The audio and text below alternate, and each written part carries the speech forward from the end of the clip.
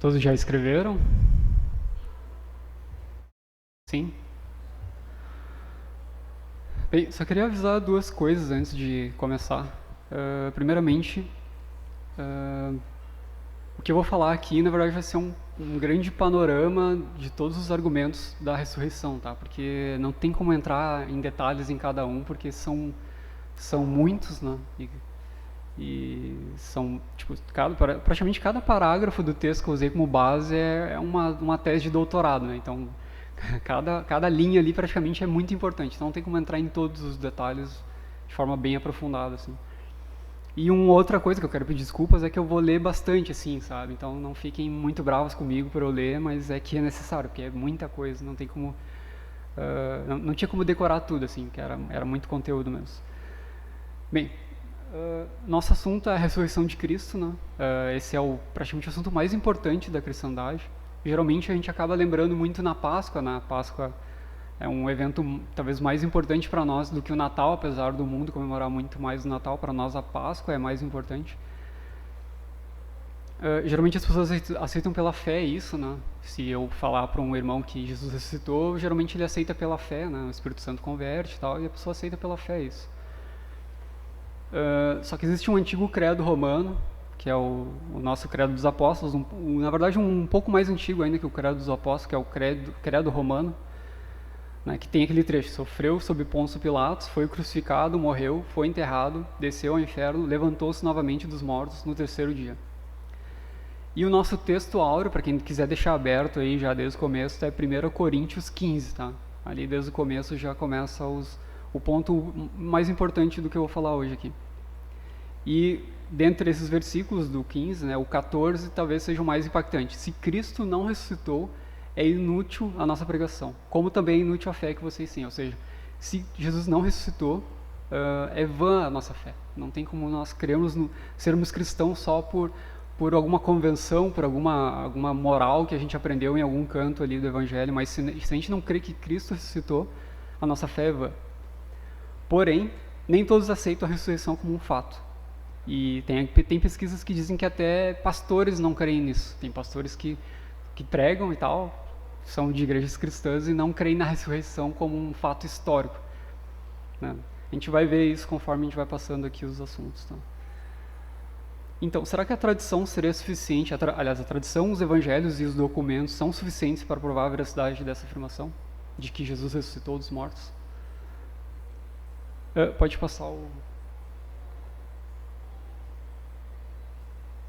Tá, os tópicos que eu vou tratar hoje são esses: a veracidade dos relatos do Evangelho, a crítica bíblica e as evidências da ressurreição que eu vou tratar hoje aqui. Que pode ser que tenham outros com outros títulos, mas o que eu vou tratar aqui vai ser o túmulo vazio, as aparições de Cristo e a origem da fé cristã. Pode passar para o próximo. Tá, eu vou começar com as evidências internas e internas do Evangelho. Essa lista que eu vou passar agora é como se fosse um compêndio que foi organizado ali entre o século 17 e 18, porque naquele século ali começou a se questionar a questões dos milagres, né? E se tu começa a questionar milagres, realmente, provavelmente tu vai questionar o principal dos milagres, que é o milagre da ressurreição. Então, um escritor inglês lá, porque começou com Thomas Hume, né, que ele questionava os milagres, esse autor inglês fez um compêndio, né?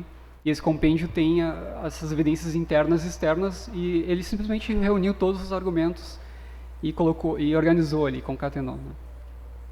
Esses argumentos dizem respeito ao que está escrito nos evangelhos como documentos fiéis, ou seja, ele tenta provar basicamente que os documentos do evangelho são fiéis. A gente pode pegar a nossa Bíblia não só como a palavra de Deus inspirada, mas como documentos que a gente pode usar como prova. Aí o primeiro ponto que ele coloca: tudo que é descrito nos evangelhos, costumes, datas, minúcias e eventos, é característico dessa época histórica. Então, se tu tentar pesquisar historicamente o que acontecia na época dos evangelhos e contrastar com tudo que é descrito nos evangelhos propriamente ditos, não vai ter nenhuma diferença, sabe? Não vai ter nenhuma diferença de costume, nem de data, nem de nenhum evento de que ocorria ali.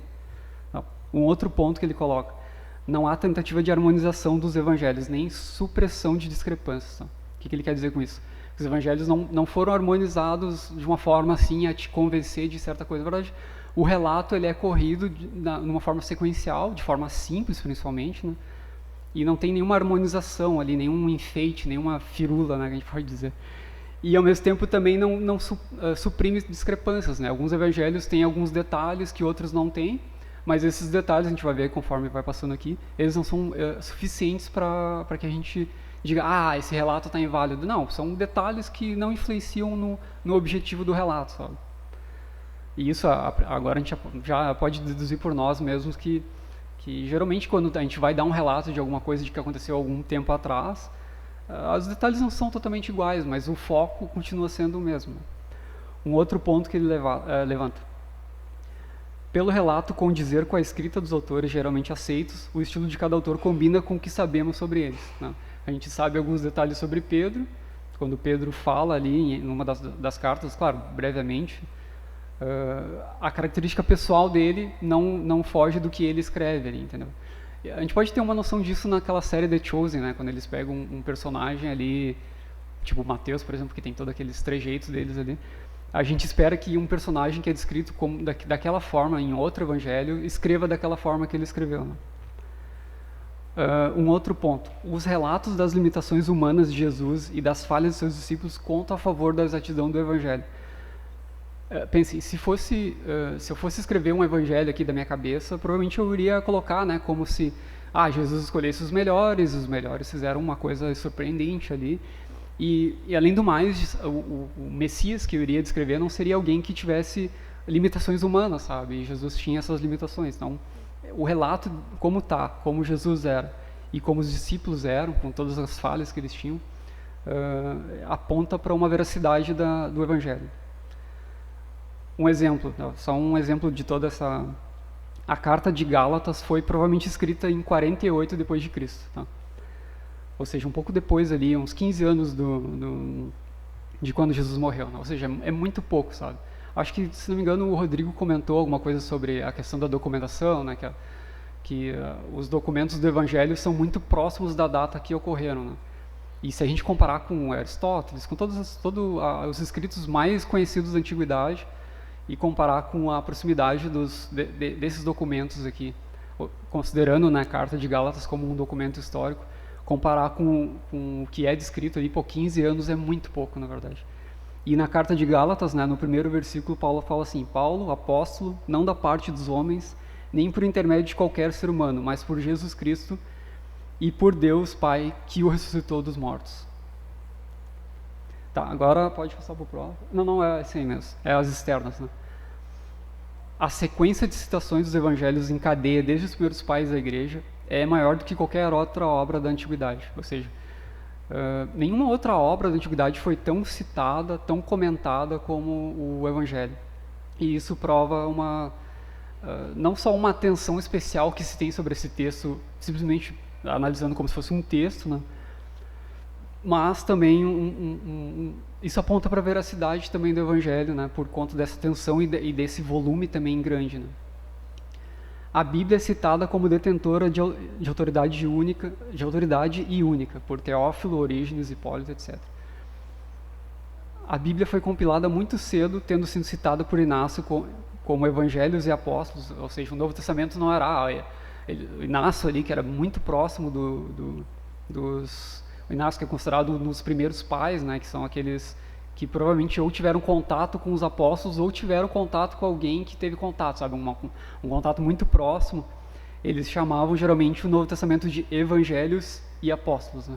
Porque realmente é isso, né? São os 4 evangelhos e o restante são ou cartas, ou a descrição histórica de Atos, ou o Apocalipse de João, que também foi por um apóstolo, né? Além de terem recebido títulos de respeito e serem lidos e comentados em público, foram produzidos cópias e comentários e harmonia sobre esses livros durante os primeiros 300 anos.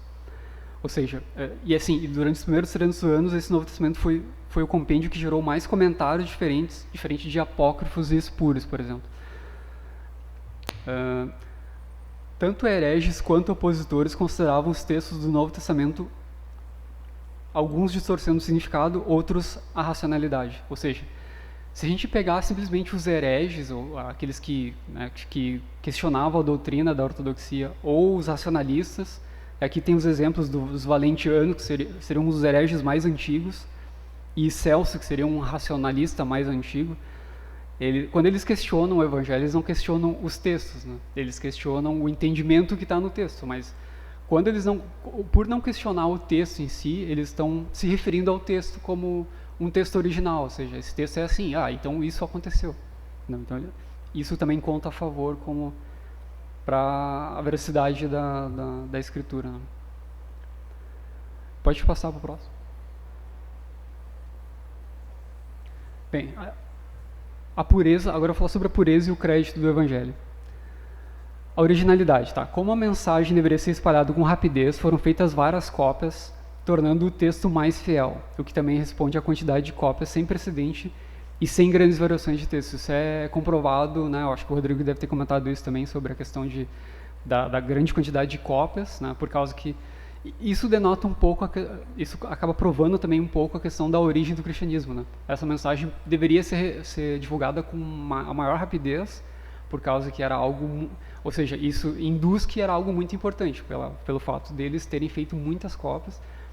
E analisando todos os escritos encontrados aí até os últimos anos, eles variam muito pouco e sempre em detalhes que não são comprometedores assim com a mensagem original. A sucessão de citações dos pais da igreja e a ortodoxia é garantidor da fidelidade do texto.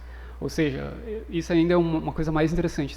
Se você pegar todos os pais da igreja, acho que os primeiros pais até inclusive, e retirar todas as citações do evangelho deles, tu consegue montar quase todo o Novo Testamento. Ou seja, o Novo Testamento, se fosse retirado, se não tivesse nenhuma cópia, a gente já poderia tirar só dos pais da igreja, que também são documentos comprovados historicamente.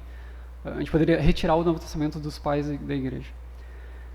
O fato de os apóstolos estarem vivos no momento que o texto foram escritos afasta uma possível teoria de adulteração. Tá? Isso também é uma coisa interessante, né? Paulo escreveu a carta de Gálatas em 48, se não me engano, o Coríntios foi um pouco depois, ali na década de 50, e ele até cita, né, quando vocês vão ver, se vocês estiverem acompanhando no texto, ele fala que muitos estavam vivos. Né? Então, e outra coisa que vocês percebem também no próprio texto ali é que, na verdade, Paulo está citando talvez um dos primeiros credos da igreja. Ele está colocando ali um credo, na verdade, que foi passado por ele, provavelmente quando ele esteve em Jerusalém. E esse credo já é uma prova de que aquilo ali, por exemplo, não foi ou tirado de Paulo ou exclusivo de Paulo, no caso, que ele é uma coisa generalizada ali na região, no caso. E a confiabilidade, tá? Os apóstolos não eram farsantes, eles não eram entusiastas religiosos, além do que usaram a testemunha das mulheres. Né? Depois a gente vai falar um pouco especificamente desse testemunho das mulheres. Mas a característica já adiantando alguma coisa aqui, as características dos apóstolos não condiz com alguém que de uma noite para outra, ou de um evento assim para outro, iria bolar, sabe, Jesus morreu numa cruz e, bom, agora acabou, não tem mais o que fazer. Sei lá, de um momento para outro ele iria criar uma religião muito, sabe, complexa, sendo que, pela descrição simples que eles dão nos evangelhos e a própria origem deles não te dá argumentos para que isso siga adiante, né? Um outro ponto também que a gente vai falar, mas já citando, né, as alucinações de pessoas ao mesmo tempo é pouco provável de ter acontecido. Isso parece mais dedutível, né? Dificilmente pessoas vão ter muitas alucinações assim, né, de Jesus ali ressurreto, sempre com os mesmos detalhes, sabe? E isso não tem um parâmetro psicológico que possa provar isso, no caso. Porque muitas pessoas, né, como Paulo fala ali, como a gente vai ver também em outras situações, muitas pessoas viram Jesus várias vezes, tocaram nele e até comeram com ele, ou seja, isso já atesta já adiantando já antes, né, porque a crítica à Bíblia vai questionar essa presença física de Cristo, né, mas eles comeram com Jesus, ou seja, Jesus ressuscitou, passou 40 dias aqui, não foi uma aparição ali, sabe.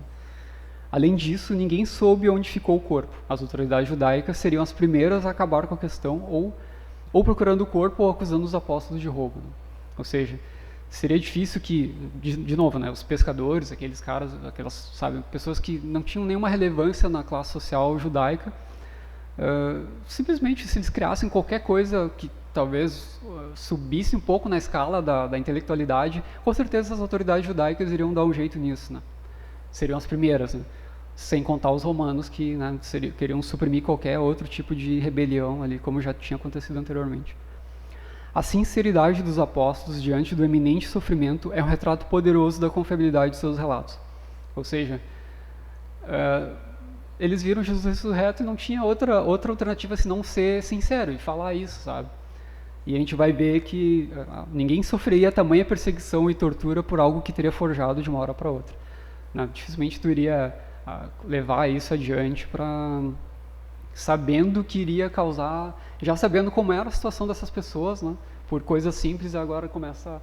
Aí, inclusive, tem até aquela figura ali que o Augusto não, foi alguém de alguma uma empresa aí de ilustração, que eu cortei ali o logo para ninguém identificar.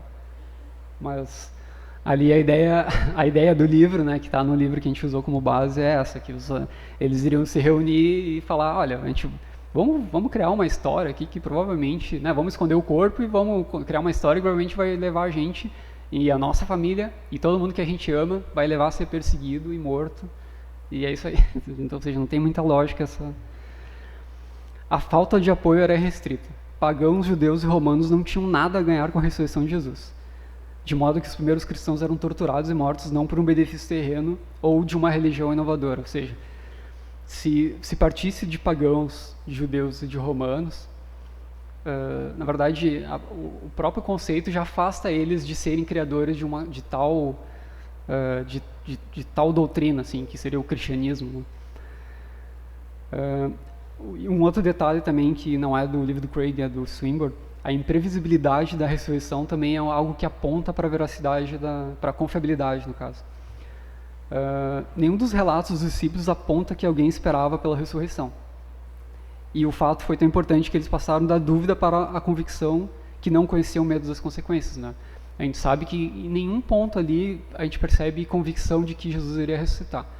Depois a gente vai comentar sobre uma objeção judaica de que talvez eles esperassem uma ressurreição espiritual e tal, sabe? E isso é o que o judeu mesmo esperava. Ele esperava uma ressurreição dos mortos no ponto final da história, né? Quando acabasse a história, né, o Apocalipse, lá, toda a escatologia deles ali, naquele ponto final era que todos ressuscitariam, né? E não um homem específico isolado. Então, os discípulos não tinham essa previsão de que Jesus iria ressuscitar, né? Tanto que as mulheres foram lá, na verdade, não foram lá para, vamos lá lamentar mais um pouco, vai que aconteça alguma coisa. Não, elas foram limpar o corpo, que era o hábito que era comum naquela época. E aí o William Paley, não sei como é que se pronuncia, ele vai dizer assim: será que pessoas nessas circunstâncias dizem ter visto o que não viram, afirmam fatos de que não tinham conhecimento, saem por aí mentindo para ensinar virtudes, e apesar de estarem convictos de que Cristo era o impostor e de terem visto na crucificação o resultado de sua fraude, insistem em levar a história adiante, trazendo assim sobre si, em troca de nada e com pleno conhecimento das consequências, inimizade, ódio, perigo e morte? Ou seja, ele meio que resume todo esse relato, assim, de que, na verdade, não teria por que criar algo assim do nada se não fosse algo muito impactante, né, e verdadeiro. Ou seja, uma conspiração dessa proporção com tamanhos opositores não iria prosperar a vida de pessoas diferentes, né? Ou seja, outro detalhe importante, que os apóstolos não eram todos também da mesma linha ali social e tal, e de pouca influência, regidos por leis que proibiam o falso juramento, né? Todos eram judeus, né? Então não poderiam fazer um falso juramento, ainda mais um falso, sabe, um tremendo falso juramento que iria contra a própria escatologia judaica, né? Em virtude disso, a origem do cristianismo na ressurreição advinda de pessoas incultas, transformando o mundo e influenciando gerações de filósofos estadistas, né, não pode ter sido obra de uma farsa tão pouco subproduto de fanatismo. Pode passar o próximo, Rafa. Tá, agora a gente vai entrar na crítica à Bíblia, né? A gente estava ali num autor entre o século XVII e o século XVIII, que estava respondendo David Hume, né? E, enfim, esse debate cessou na Inglaterra, ele foi um pouco lá para a França, daí a revolução lá dos cidadãos da França lá suprimiu esse debate, e esse debate foi parar na Alemanha. Tá? E a Alemanha vivia um tempo pacífico ali, não tinha ninguém guilhotinando ninguém ali. E, enfim, aí começou lá, onde o luteranismo, que era conhecido como uma religião bem ortodoxa, assim, adotou esse debate do ceticismo, né? E continuou com a questão da crítica bíblica. Tá? E lá surgiu o racionalismo. Tá? O racionalismo é como se fosse... Existia o deísmo, né, que era, entre aspas, a religião ali do Hume e dos filósofos ingleses. E existia a ortodoxia, né, que pregava que o que estava escrito na palavra de Deus era a palavra de... Aliás, o que estava na escritura era a palavra de Deus. Mas aí na Alemanha surgiu o racionalismo, que é o meio termo ali, seria os primórdios do liberalismo, tá? Que na verdade não se preocupa tanto com a historicidade do relato, mas se preocupa mais com a verdade espiritual que esse relato vai nos passar. O primeiro expoente desse racionalismo é o Heimarus. Ele lidou com a aparente tensão eliminando trechos únicos, ou seja, ele pegou alguns trechos que estavam ali sobrando, comparando, e simplesmente descartou. Ele considerou como invenção do evangelista, ou seja, ele minou a ressurreição extraindo textos daqui e dali que não estavam repetindo ou estavam aparentemente fora do contexto. Daí um outro cara chamado Sennler, o nome dele é bem estranho, né? Sennler, tentando contrapor o Heimarus, propôs que existia uma diferença, ou seja, ele deu uma resposta para tentar rebater, mas ele acabou criando um outro buraco ali, que existia uma diferença entre escritura e palavra de Deus. Uma coisa é a escritura, né? A escritura diz uma coisa ali, mas a palavra de Deus já é outra, né?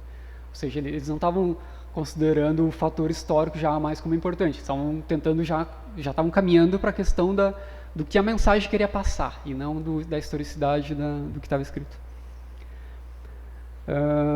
Tá. Aí depois tem um outro lá que talvez seja o mais influente de todos, é o Strauss, tá? Daí isso no século XIX já. Ele não aderiu a nenhum desses dois pontos de vista, tá? E colocou uma terceira alternativa. Os milagres dos evangelhos nunca ocorreram, sendo resultados de um processo longo de formação de lendas e imaginação religiosa. Com isso, Strauss eliminava a hipótese de farsa, ao menos no sentido religioso. A mistura da tradição oral com a escrita pode ter transformado a narrativa em um mito. Depois a gente vai ver exatamente o que é um mito. A gente pode até já comentar sobre isso, né? Um mito é uma narrativa que talvez seja baseada em coisas de verdade, mas ela tem uns acréscimos ali conforme vai passando o tempo. Só que, claro, isso aqui já é um problema já no começo, porque a gente acabou de falar ali que existem escritos do século I, lá, falando da ressurreição, ou seja, a criação de um mito, ela geralmente leva muito tempo. Ele começa com uma história, mas aí ele adiciona um elemento diferente ali e vai se moldando até chegar numa coisa muito fantasiosa, sabe? Mas o problema é que o evangelho nunca perdeu a simplicidade ao longo do tempo, ele continua sendo aquela narrativa sempre simples, né? Nunca uma coisa fantasiosa. Aí ele coloca além de um acréscimo, uma objeção, né? Ele colocou assim, que os apóstolos não poderiam estar em todos os lugares para prever qualquer desvio da doutrina, né? Por exemplo, o evangelho está lá numa igreja e eles simplesmente colocam outro detalhe lá. Bom, como Pedro não está lá para corrigir, então isso seguiu e ficou assim, sabe? Só que também não tem muito amparo a gente já consegue perceber isso, que não tem amparo, porque existem relatos de vários lados, de muitos cantos que apontam para a mesma verdade, não tem essa distorção. Tá.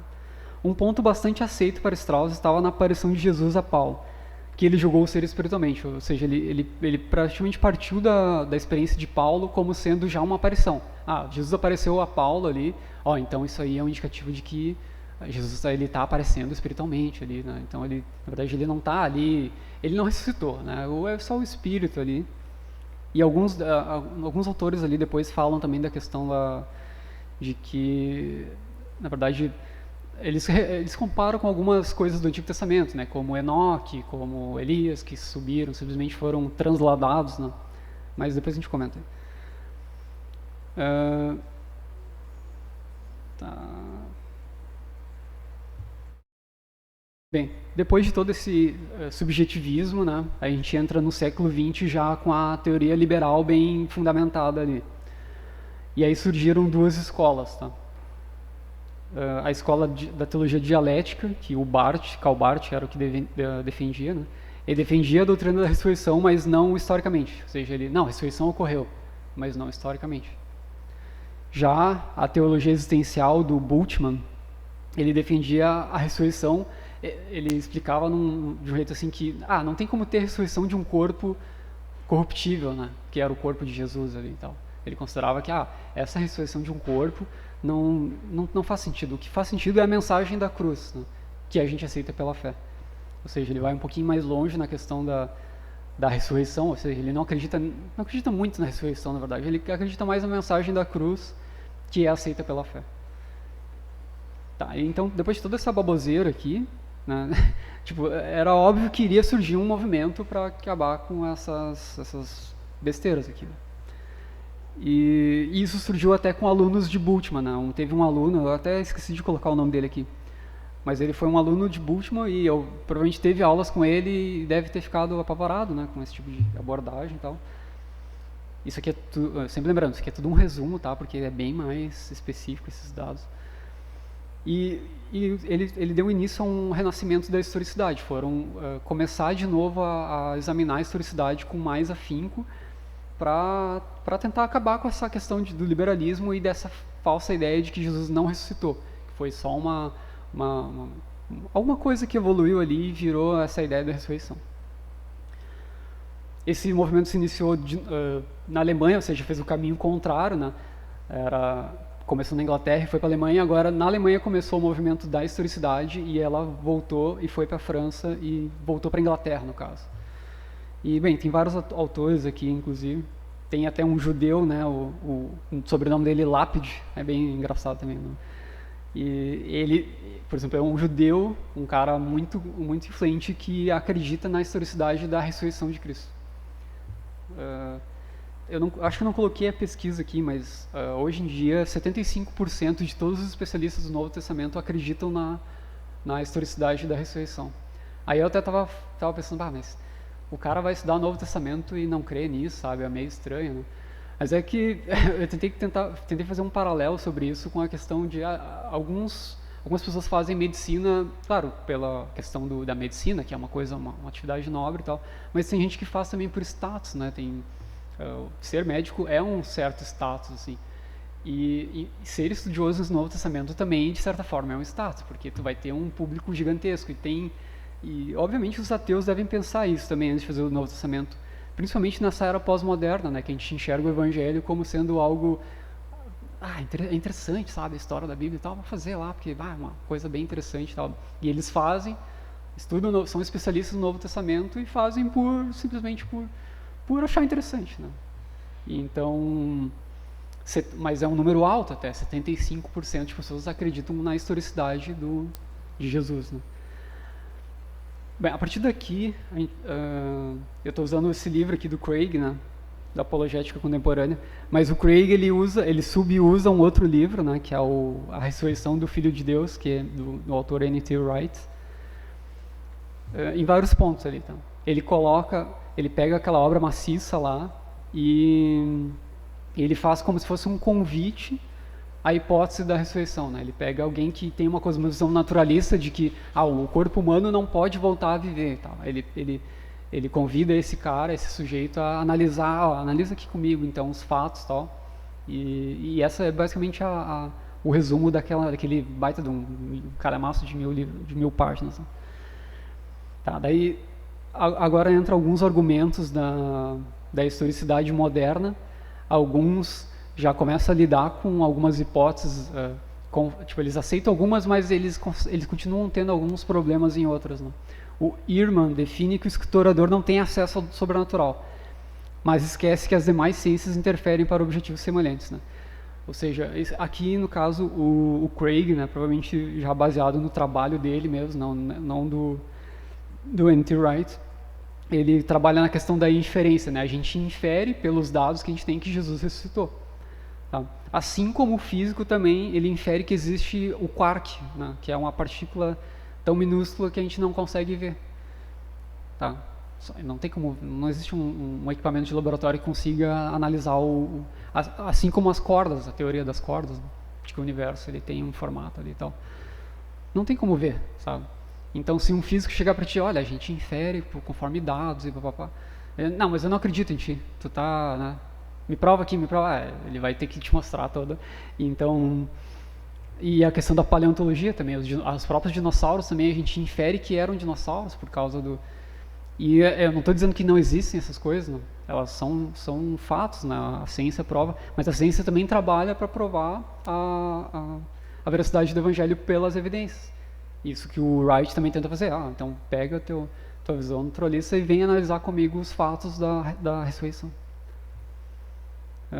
Então o Ehrman estava meio equivocado nessa questão de que o historiador não pode ter acesso ao sobrenatural. Outros dois autores, o Meyer e o Collins, questionam a respeito da ruptura do espaço-tempo.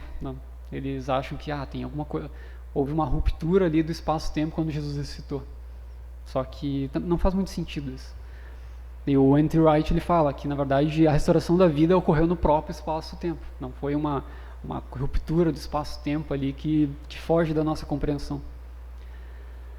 Um outro autor ali trouxe um questionamento quanto ao corpo de Jesus ser o mesmo corpo literal. Entretanto, essa hipótese esbarra na destruição do corpo de Jesus. Né? E depois o Craig coloca ali, esse aqui eu vou ter que passar batido, porque o teorema de Bayes, né? Inclusive deu até uma polêmica sobre do Plantinga com o Swinburne, que ele achava que não era um bom argumento, mas na verdade é muito bom, né? Que é usado é um teorema matemático que coloca a possibilidade de ocorrer um evento, e ele faz um somatório, e esse somatório indica uma probabilidade de acontecer que chega a 90 e poucos % de que realmente aconteceu. E aí houve um debate ali sobre isso, mas foi entre cristãos, assim, sabe? Depois o próprio Plantinga foi corrigido por um casal lá de filósofos que depois ele viu com outros olhos. Ele disse depois, que na verdade eu não entendi muito bem como o Swinburne tinha escrito ali. E realmente, o Swinburne é difícil de entender. Tem que ler com muita calma, porque senão tu não vai conseguir entender o que está querendo dizer. Não sei se a gente faz um intervalinho de uns 10 minutos, talvez. Uns 10 minutinhos para vocês pensarem aí nesses assuntos e tal. E se tiverem também dúvidas, podem anotar, podem me passar que o Rodrigo responde com muita...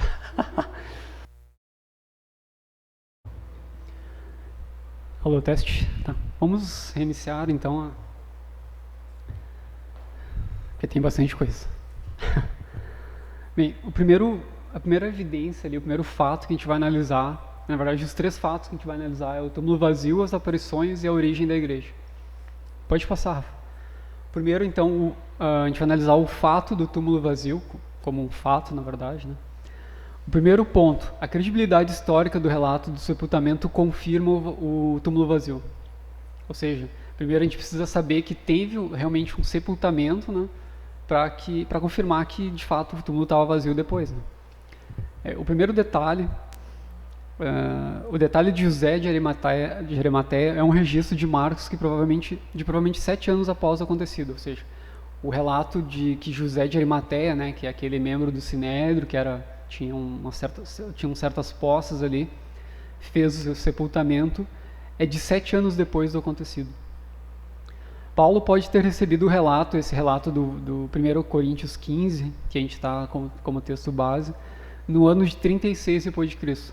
Isso eu cheguei a comentar ali um pouco antes, né, que na verdade Paulo recebeu aquilo ali já como um credo, né, um primeiro credo de como as coisas aconteceram ali. E no ano 36, né. Aqui o autor trabalha com o ano 31 como sendo o nascimento de Cristo. Ele coloca ali como 31, ou seja, 5 anos depois ele recebeu já esse relato. Então comparado ainda com a carta de Gálatas, ainda é mais próximo ainda do acontecido. Né? Isso em termos históricos é muito próximo. A sequência de eventos de fontes diferentes em Atos e Marcos, essa sequência ela vai se repetir, aqui não tem tempo de explicar exatamente, mas essa sequência de Cristo morreu, foi sepultado, ressuscitou e apareceu, é uma sequência que continua nessas descrições de Atos e Marcos. e também em Paulo, ali, nos Coríntios. Né? E como eu falei ali, né, José de Arimateia era um homem do Sinédrio. Né? Ou seja, se tu fosse citar um homem do Sinédrio como sendo alguém que sepultou Jesus, seria algo, mas eles estão comprometendo o relato, mas na verdade isso prova mais uma vez a simplicidade do relato, de que alguém do Sinédrio foi lá e fez o sepultamento. Né? E o ponto 2, a descoberta do túmulo vazio de Jesus é atestada multiplamente em fontes independentes. Tá? Aqui a gente continua usando textos do Evangelho como documentos. A conclusão do livro de Marcos teria que ir ao encontro de aliás, aqui eu repeti 2 palavras, né? Mas enfim, aquele trecho de Marcos que a gente considera como colocado depois, né? Que é a partir do... É o versículo 8 ao 9, Rodrigo, do capítulo 16 de Marcos. Aquele trecho ali que narra a ressurreição, no caso, ele foi colocado após. Tá? Só que a sequência dos fatos que ocorrem em Marcos, ele pode ser encontrado em outros livros, e a sequência, e a forma como é escrita, ele seguiria aquela mesma sequência ali, entendeu? Então, a gente não pode considerar como, aquele trecho ali é meio duvidoso. Não, ele segue exatamente um trecho que... segue exatamente uma lógica de escrita igual a de Marcos, como estava sendo relatado anteriormente ali no próprio capítulo. A própria data do terceiro dia em vez de sétimo, né? É curioso esse terceiro dia, poderia ter sido no sétimo, que geralmente é um número mais escatológico para o judeu, mas foi no terceiro dia. Um dia, sei lá, sem nenhuma... Na verdade, depois a gente vai ver isso com calma. Não tinha nada de especial no terceiro dia ali, a não ser a Páscoa. Mas... simplesmente não tem uma lógica escatológica, né, que é o foco ali qual que é o fundo escatológico. Há pelo menos 6 fontes que relatam o túmulo vazio, ou seja, essa é uma prova mais contundente ainda. Mateus, Marcos, Lucas, João, Pedro e Paulo. São 6 fontes diferentes, 6 descrições diferentes, personalidades diferentes e também datas e locais diferentes. Né. A expressão no primeiro dia da semana reflete uma tradição antiga. O primeiro dia da semana em Marcos é uma identificação anterior à convenção, ou seja, o primeiro dia da semana, no primeiro dia da semana já é uma consideração inicial de que aquele dia é muito importante, sabe?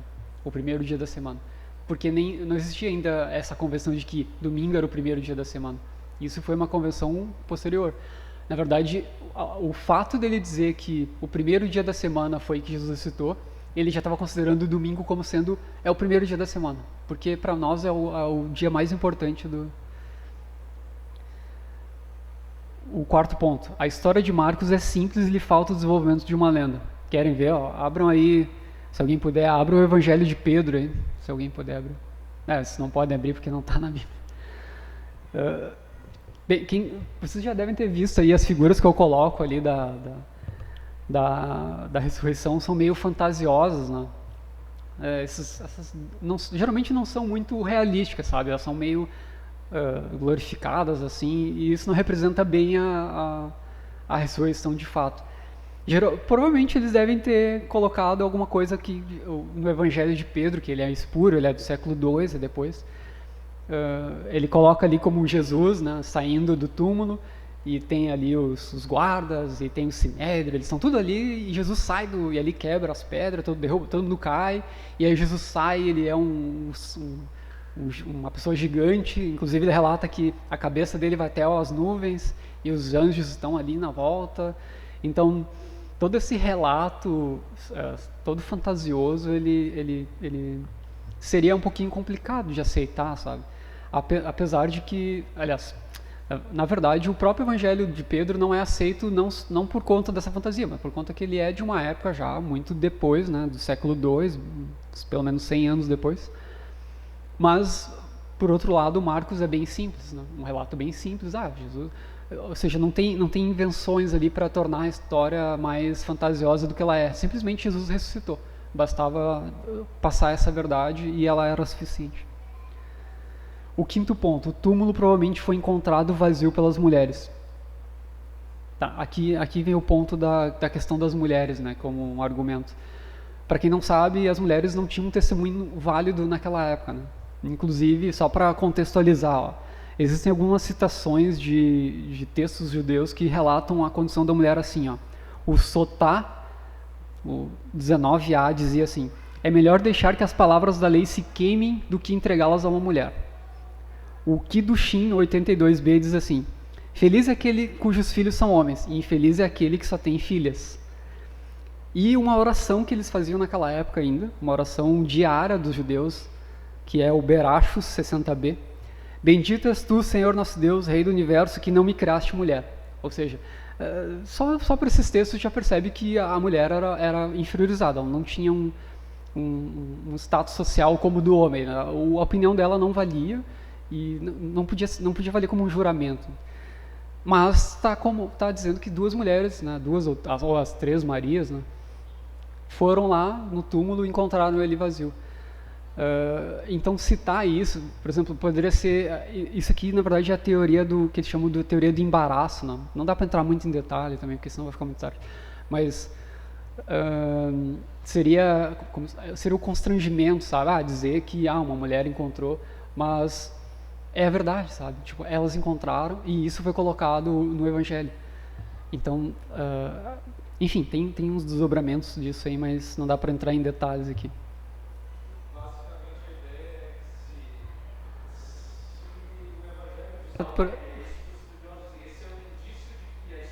Homens fariam a tarefa de forma melhor, no caso. Mas aí eles preferiram dizer o que aconteceu de fato. E isso é um teste muito, muito... talvez uma das melhores provas, eu acho, até, do túmulo vazio, né? 6.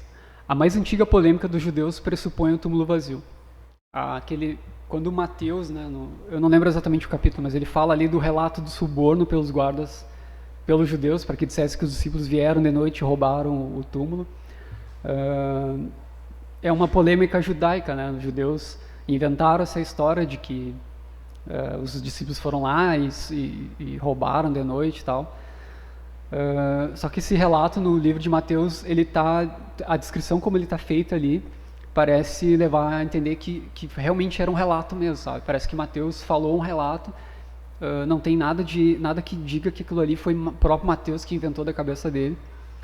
E ele colocou uma sequência lógica aqui, né? Um cristão fala: Jesus, o Senhor ressuscitou. Aí o judeu diz: não, os discípulos roubaram o seu corpo. Aí o cristão: a guarda do túmulo teria impedido qualquer tentativa de roubo. Aí o judeu: não, a guarda adormeceu. Aí os cristãos: os principais sacerdotes subornaram a guarda para dizer isso. Nessa sequência leva a crer que não faz muito sentido essa teoria também. Pode passar. Tá. Como explicar o túmulo vazio? Tá. A primeira coisa que os críticos colocam é uma teoria da conspiração. Tá? Os discípulos roubaram o corpo e mentiram sobre as aparições. Isso já é descartado modernamente. Tá? Essa teoria pode satisfazer alguns pontos não observáveis e explicações, mas não faz sentido à luz da plausibilidade. Daí o N.T. Wright fala: se o seu Messias predileto acabava se crucificando, então ou você ia para casa ou então arranjava um novo Messias. Sei lá, um Messias que eu estava ali seguindo, né? Estava indo, tava tudo certinho, daí ele morreu. Agora eu acho que eu vou largar essa coisa de Messias, ou eu vou procurar um outro, né? Sei lá, melhor. Mas a única hipótese que não poderia acontecer era de que, vamos inventar uma terceira linha ali de que, na verdade, Jesus ressuscitou e tal. Uma ideia também, outro ponto que aponta para a questão do tempo, né? De criar uma teoria da conspiração ali que, pelo tempo de relato das escrituras, não teria espaço para isso, né? A teoria da morte aparente, né? Jesus foi lá crucificado pelo método romano, mas ele não morreu, ele estava ainda meio vivo ainda, e colocaram ele meio vivo e tal. Mas só que, claro, isso é um grande problema, né? Porque Jesus, sei lá, sobreviveu a todo o processo da crucificação, que a gente já viu isso em filmes e vários, inclusive naquele filme do Lee Strobel, né? De que dificilmente sobreviveria a um sistema tão cruel de açoites, né? E eles também tinham o hábito de fincar ali, né, para ver se ele estava vivo ainda e tal. E aí depois ele foi pro túmulo e aí bom, daí ele daquele estado crítico, sei lá, digamos, estado gravíssimo, que a gente fala, né, geralmente a gente ouve falar do estado gravíssimo, ele foi lá e removeu a pedra e saiu. E isso é basicamente bem complicado de lidar com essa. Bom, pode, não, acho que é esse mesmo. A teoria do túmulo errado, tá? Tem essa teoria também, que as mulheres foram lá visitar Jesus. Mas esses dois aqui que eu vou citar agora, que é o do túmulo errado e o do colocado em outro lugar, parece contralógicos, assim, sabe? Sei lá, Jesus, que era o seguidor e que tinha todo o carisma de toda aquela população, foi enterrado, né, por José de Arimateia, que tinha um túmulo fixo ali, sabe? Era um cara rico, né? Não era ele não colocava no túmulo dos criminosos e tal.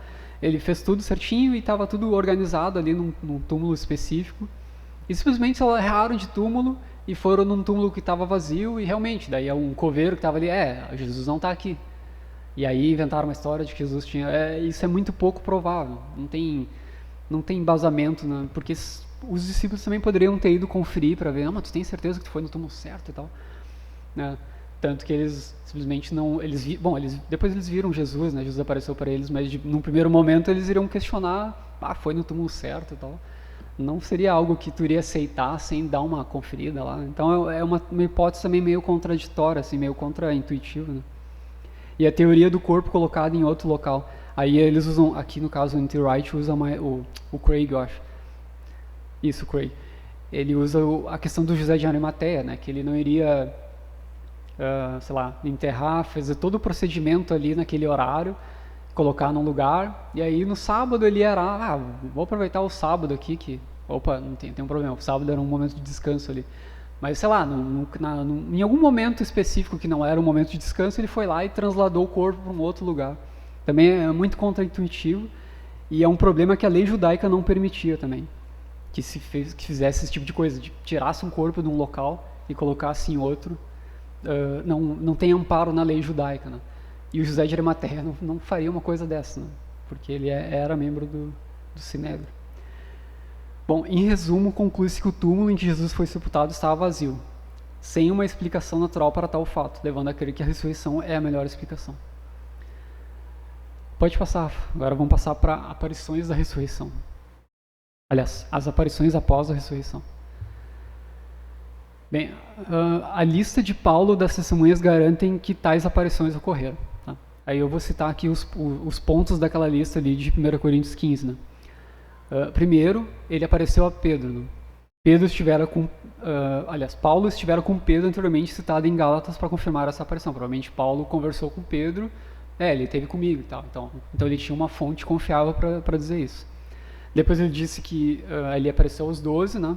Apareceu a Pedro, depois apareceu aos 12. E essa aparição aos 12 é relatada de forma independente por João e por Lucas. Né? Então, e Paulo também coloca essa aparição aos 12. Né? Obviamente, os 12 aqui a gente está falando aos discípulos. Né? Provavelmente não foi os 12 com Judas, foi provavelmente os 11 ainda, talvez antes de Matias ser escolhido no lugar de Judas. Depois, a aparição aos 500 irmãos. E aí Paulo cita um detalhe interessante ali, né, que a maioria dos 500, ele ainda acrescenta um detalhe interessante, a maioria ainda vive dos 500 que ele apareceu. Ou seja, ele tá citando, ele não está omitindo que, ele não tirou um número da cabeça dele ali, e apareceu a mais 1.800 ali. Não, ele disse que apareceu a 500 e alguns ainda vivem no tempo que ele escreveu a carta de Coríntios. E é possível, né, porque foi na década de 50. Ele poderia ter omitido esse detalhe, mas não omitiu, e aí fica um pouquinho mais, dá uma maior veracidade. Né? A aparição a Tiago, aqui é Tiago, o irmão de Jesus, né? Aqui ele, enfim, tem todas umas teorias aí com relação à questão do irmão de Jesus, né? Mas tem vários versículos que falam dos irmãos de Jesus, então provavelmente Tiago ainda não estava exatamente convertido, assim, ou não cria que Jesus poderia ter ressuscitado, né? E quando Jesus apareceu para ele, o apostolado, inclusive, foi outorgado a Tiago, no caso. Inclusive, foi reconhecido por Paulo depois. Né? Por isso que coloca ali, primeiro a Pedro. Pedro tem uma explicação meio lógica, né? Porque Pedro é sobre Pedro e edificar a igreja, ou seja, Pedro seria o líder ali, né, no inicial. E depois aos 12, né, depois a 500 irmãos, depois a Tiago, né, especificamente ali ele fala Tiago, mas e aí é o Tiago, irmão de Jesus, irmão mais novo. E depois apareceu a Paulo, ou seja, depois de todas essas aparições, ele apareceu a Paulo, né? Então contraindica a ordem do Bultmann ali que fala que ele apareceu a Paulo e essa aparição assim fora de contexto é que deu origem a... Na verdade, não. Paulo já segue toda a linha de que ele apareceu para uma série de pessoas e depois apareceu para Paulo. E essa aparição, né, todos nós sabemos que transformou a vida de Paulo. E transformou, né, de uma coisa totalmente diferente para uma outra totalmente... Ou seja, Paulo era, digamos, um cara ali estável, né? Era, sei lá, um funcionário público, talvez, bem estável ali. Trabalhava era uma pessoa intelectual, era um cidadão romano, então ele... Não precisava se envolver com uma coisa que, sei lá, não quer participar de uma seita aí que o pessoal tá morrendo aí, sei lá. Não teria sido convencido assim de tal forma se não fosse algo como Jesus aparecendo propriamente para ele e perguntando, Paulo, por que me persegues, né? E toda a história ali da conversão de Paulo. 2. Os relatos dos evangelhos garantem que as aparições ocorreram. No caso do encontro de Jesus com as mulheres, por exemplo, é que eu já falei, né, do constrangimento e tal. O Rodrigo falou, na verdade. Aqui se pode concluir uma alucinação que ainda assim não apaga a ação real. Aqui vai entrar a questão de uma alucinação também, mas isso também não pode ser provado. E terceiro ponto, as aparições foram físicas, corpóreas. Né? Isso o Evangelho coloca, mas algumas pessoas questionam, mas o texto é bem claro. Paulo dá a entender que as aparições foram físicas e os relatos dos Evangelhos mostram que as aparições foram físicas e corpóreas. Isso a gente... Só na leitura da Bíblia a gente consegue... Pode passar... Bom, o único contraponto para as aparições seria essa teoria da alucinação que eu falei antes. Contudo, uma alucinação não explica o túmulo vazio, né? Um monte de pessoas teve alucinações, mas os documentos estão dizendo que o túmulo estava vazio. Então, uma coisa não explica a outra. Essa teoria não consegue explicar a origem da convicção dos discípulos. Eu vi aqui que no mundo... Isso talvez seja um pouco comum hoje também, mas no mundo antigo as aparições de uma pessoa que faleceu tinha explicação mais voltada para a confirmação da morte do que ele estava vivo. Né? Se alguém aparece num sonho e conversa contigo, geralmente essa é uma confirmação de que a pessoa morreu e não que ela ainda está viva. Né? Então, é esse tipo de alucinação de que a pessoa está viva e claro, eu estou falando de uma pessoa só, né? Sempre lembrando que essa alucinação foi generalizada ali, né? Então não faz muito sentido. Apenas o corpo físico despertaria o sentimento de que Jesus havia realmente ressuscitado. Né? A gente tem o exemplo de Tomé, né, que teve que tocar ali para crer, né, no caso. Ele teve que ver para crer. E esse episódio não é à toa. Né? E tem um outro ponto também que também foi descartado já na academia, que seria a psicobiografia, né? Que talvez pelos relatos de Paulo, talvez ele tivesse alguns problemas, estivesse passando por alguns problemas e eles tentaram criar um método para tentar analisar a psicologia de Paulo ali pelo que ele fala. Sabe? Talvez ele tivesse com algum transtorno, sei lá, algum estresse, alguma coisa ali que gerou essa ideia de seguir a Cristo, de que Cristo ressuscitou e tal.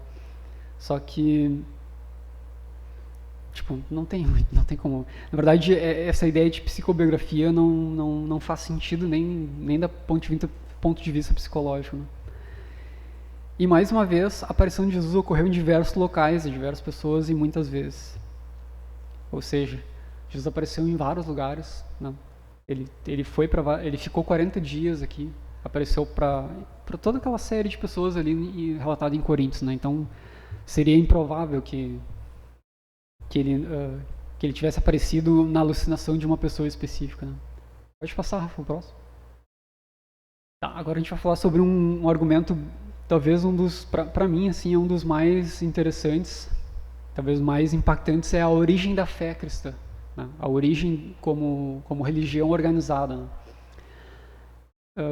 E o livro do Wright, ele trata bem esse ponto, essa questão de que a origem, a convicção de que o túmulo estava vazio e que Jesus apareceu para as pessoas tem um link muito grande com a própria origem da fé cristã. Os pontos importantes. Os discípulos judeus não creriam em um Messias que seria não um líder militar, mas alguém que foi crucificado como criminoso. Isso a gente percebe no próprio relato humilde de Cristo ali. Toda a caminhada dele entre nós não parece ser uma caminhada de alguém que iria liderar um exército, iria derrotar os romanos, né?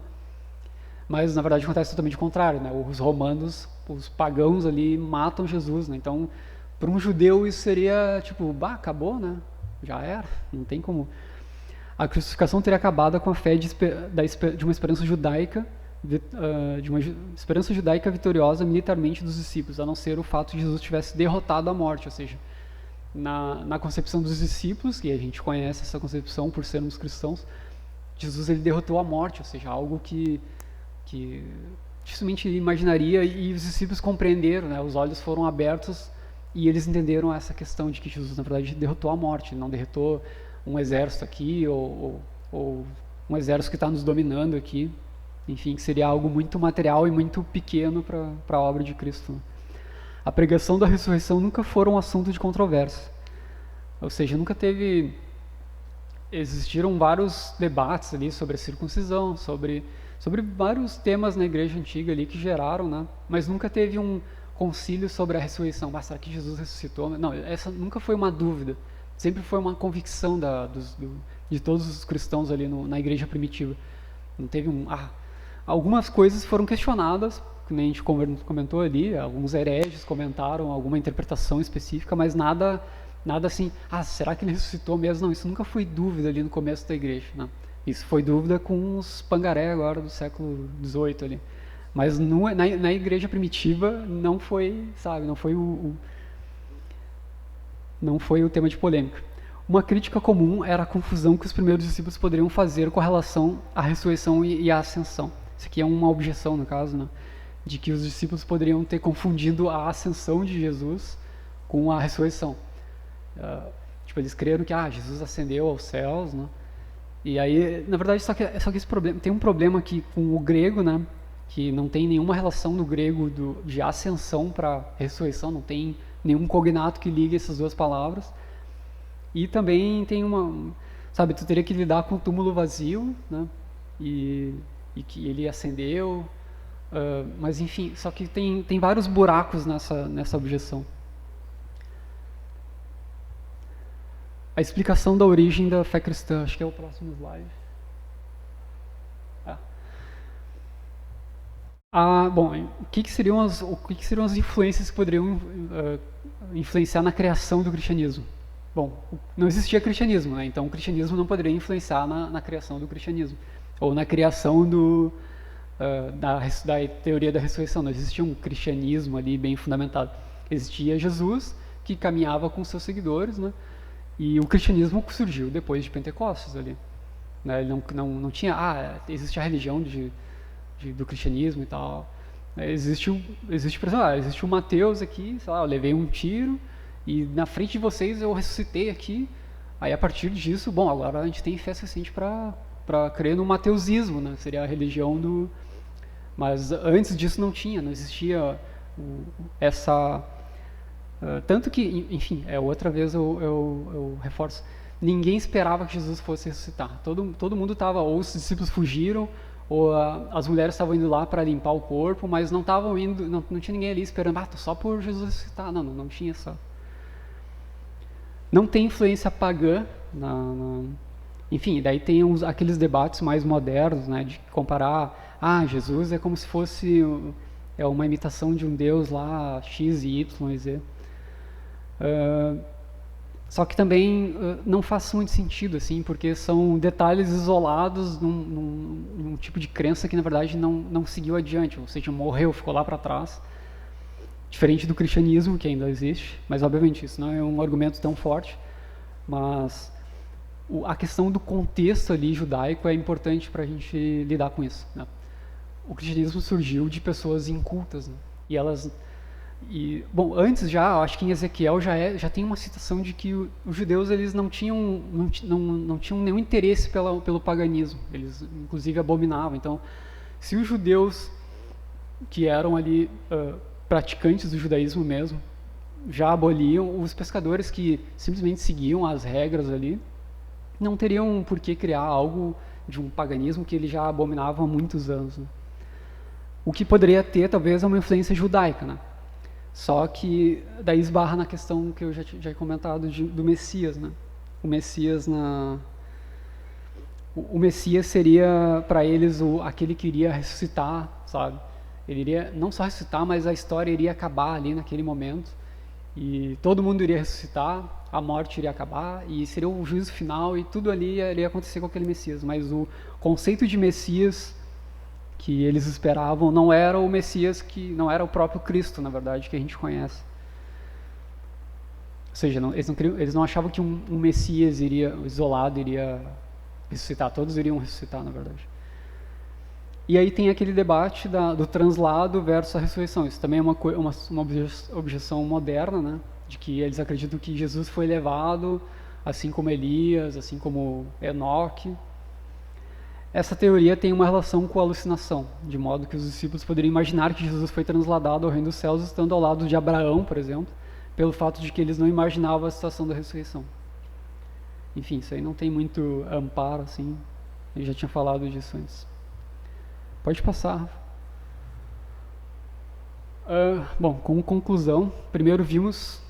é um resumo do que foi visto aqui. Primeiro vimos que numerosas linhas de evidências históricas provam que o túmulo de Jesus foi encontrado vazio por um grupo de mulheres que eram suas seguidoras.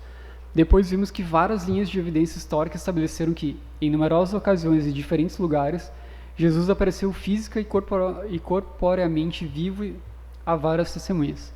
E por último vimos que a própria origem da fé cristã depende da convicção dos primeiros discípulos no fato de que Deus havia ressuscitado Jesus de Nazaré. Bem, daí ele coloca ali, depois ele faz uma análise mais lógica ali, eu preferi não colocar especificamente essa análise, mas eu coloquei ali o que ele coloca como dados que dificilmente podem ser contestados de todas essas três análises. Atestação múltipla é uma coisa que a gente viu hoje, diz respeito a inúmeras fontes dependentes antigas, isso é inconteste. A dissemelhança, sem qualquer influência escatológica judaica, né? Não existe um comparativo com a escatologia judaica, foi algo novo ali, na verdade, não tem como ter uma influência judaica por baixo disso, da ressurreição, né? Claro. A questão do embaraço é um testemunho também que aponta fortemente para que o túmulo estivesse vazio, né? O contexto e a expectativa, né? A origem e expectativa diferente de um Messias humilde, né? Ou seja, o contexto indicava que eles esperariam algo muito mais emblemático, assim como o Evangelho de Pedro, né? Uma coisa triunfal ali, mas na verdade o que aconteceu foi totalmente o contrário. Um Messias humilde veio, né? E morreu e ressuscitou, né? E foi bem simples, foi exatamente isso. Tem vestígios semíticos, né? A tradição que Paulo mostra em 1 Coríntios é da igreja primitiva de Jerusalém. Ou seja, existe um credo ali, digamos, né, já em 1 Coríntios 15, que já prova de que todos conheciam essa verdade ali, na igreja primitiva. O efeito, né, que isso ocorreu, ou seja, Jesus apareceu para o irmão dele, Tiago, e para Paulo, e eles simplesmente deixaram as vidas deles e se voltaram para Cristo, né, começaram a seguir Jesus. Princípios de retoque seria a comparação de Marcos com o Evangelho de Pedro, né? Ou seja, se for comparar a descrição de Marcos bem simples, direta e só o que interessa, ao Evangelho de Pedro, que é cheio de firula ali e tal, que não existe, né? O Evangelho de Pedro é pseudo, é espúrio, na verdade foi do século II, né? Não foi Pedro que... Então não tenham dúvida, Marcos é muito mais direto, e isso é inconteste também.